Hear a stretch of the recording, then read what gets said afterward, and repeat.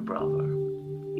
In this talk, I would like to continue the reflection about the act of faith. Silent prayer has its source in Jesus Christ. If you read the Bible carefully, you will find it described in many places. There is a very beautiful account in St. Mark's Gospel in the chapter 5. I quote, "Now there was a woman who had suffered from the hemorrhage for 12 years. After long and painful treatment under various doctors, she had spent all she had without being any better for it. In fact, she was getting worse. She had heard about Jesus, and she came up through the crowd and touched his cloak from behind, thinking, 'If I can just touch his clothes, I shall be saved.' And at once the source of the bleeding dried up, and she felt in herself that she was cured of her complaint. And at once aware of the power that had gone out from him, Jesus turned round in the crowd and said, 'Who touched my clothes?' His disciples said to him, 'You see how the crowd is pressing round you. How can you ask who touched me?' But he continued to look round to see who had done it. Then the woman came forward, frightened and trembling, because she knew what had happened to her. And she fell at his feet and told him the whole truth. 'My daughter,' he said, 'your faith has restored you to health. Go in peace and be free of your complaint.'" The end of quotation. You are probably wondering where silent prayer is mentioned in that description. Read it with your spirit. Use your eyes of faith, and you will notice silent prayer in every sentence of that description. Who is the anonymous woman who had a flow of blood? It is you and me and all the other souls who are dying if separated from Jesus. There is no need to look for healing from various doctors in workshops, travel, material goods, family, lovers, work, physical pleasure, healthy living, or anything else that distracts us from our pain. After many years, this woman had become no better, but had grown worse. And then we see how silent prayer, the real journey towards unity with Jesus, can begin. The starting point is the first nothing, reflection and concentration, which enables the soul to take the correct path with no outside distractions. Then the soul enters within, just as the sick woman did. She had heard about Jesus, but from whom? We are not told. Perhaps she had heard about Jesus from a friend or from one of her relatives who had seen him and his miracles. Perhaps this friend or relative had spoken to Jesus. Maybe maybe had even experienced healing. All this might have been reported to her, and she listened with great attention.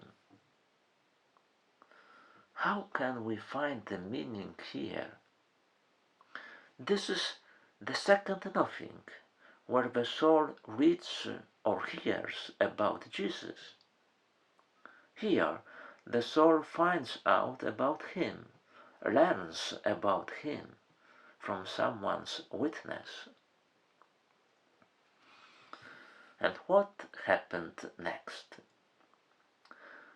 Being alone in her own house, she closed her eyes, the gates to her senses, and she started to think. She imagined Jesus, his disciples, and the many sick people who were healed by Jesus.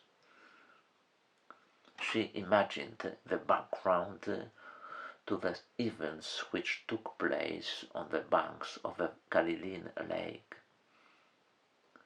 She had a kind of a brainstorm from which one idea emerged.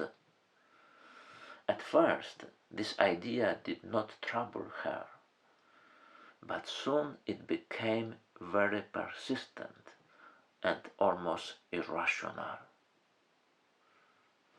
Perhaps I should. Maybe Jesus is waiting for me. Maybe he is waiting over there for me. What happened next became a turning point in this woman's life. Perhaps she debated her for and against arguments. Perhaps she hesitated. She might have told herself that such things did not happen in the real world. However, the third nothing left her with no excuses. She submitted in the end. She made the decision and she went to meet Jesus. St. John of the Cross, in his spiritual canticle, writes, "The soul that will go out of the house of its own will, and abandon the bed of its own satisfaction, will find the divine wisdom, the Son of God, the bridegroom waiting at the door without." End of quotation. When she got near, the first thing she saw was the crowd pressing around Jesus, surrounding him so she could not see him. "Look, why did you come here? You should have stayed at home. It is not real." This happens in silent prayer as well. When you see your target on the horizon, it disappears from your sight. Your target is surrounded by the crowd of outside feelings which makes you give up your initial decision. These distractions say, "This is not for you." They want you to stop and go back to where you were. However, the woman is determined. She doesn't give up. There must be some kind of solution. If I can just touch his clothes. Slowly, with a huge effort, she presses her way towards him. She doesn't give up, although she is constantly pushed by the crowd. She has her eyes set on Jesus. This gives her the strength to hold on to the right path. She keeps looking at him, and in that way she attains the fourth nothing. She is very close, only a few steps more. She can feel him close, and then she touches him. She touches his cloak. The result is immediate. Jesus feels, and the woman feels. He perceives in himself that power had gone forth from him. She feels in her body that she had been healed of her disease. "Who touched my clothes?" he asks, looking for the mad one. Although everybody is pressing around him, he knows that somebody has touched him differently, touched him with faith. Soon he will confirm it by saying, "My daughter, your faith has restored you to health." He will point out what it was that made him give himself to her. Faith. Act of faith. This is silent prayer. This is touching God by the act of faith which connects man's soul with God. When you pray, you go through each step that this woman went through. Then you approach the fifth nothing, where you give yourself to God and He gives Himself to you. This is why the act of faith cannot be confined to a short period of time. It must last for half an hour or possibly longer. Otherwise, you will not be there with Jesus.